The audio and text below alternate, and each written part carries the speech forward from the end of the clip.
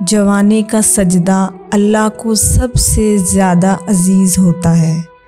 دعائیں تو سب کی قبول ہو جاتی ہیں، پر خاص دعاؤں کی قبولیت کا راز تو اللہ ہی نے سجدے میں چھپا رکھا ہے، اور سجدے تک ہر ایک کو رسائی حاصل نہیں ہوتی۔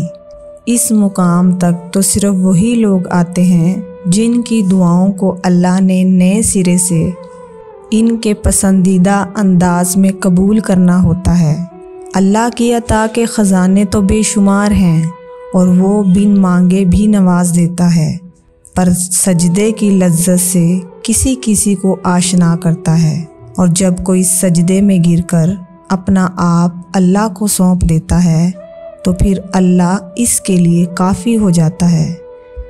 اور اس کا کافی ہو جانا ہی جانتے ہو کیسا ہے؟ تمہاری راہ میں آئی رکاوٹوں کی ہر چٹان کو وہ لمحوں میں گرا دیتا ہے۔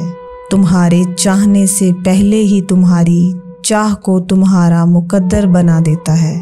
تمہاری دعا میں ہاتھ اٹھنے سے پہلے ہی دعاؤں کو قبول فرما لیتا ہے۔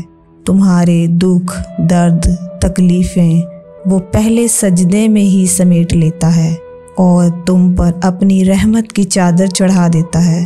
وہ فرشتے ہو کر بھی اتنا قریب نہیں ہوتے اس سے جس طرح دوران سجدہ اللہ تم سے قریب ہوتا ہے، اور تم اپنے رب کے اتنا قریب جاؤ اور وہ تمہیں خالی ہاتھ لوٹا دے، ایسا تو ہرگز نہیں ہوتا ہے۔ جزاک اللہ۔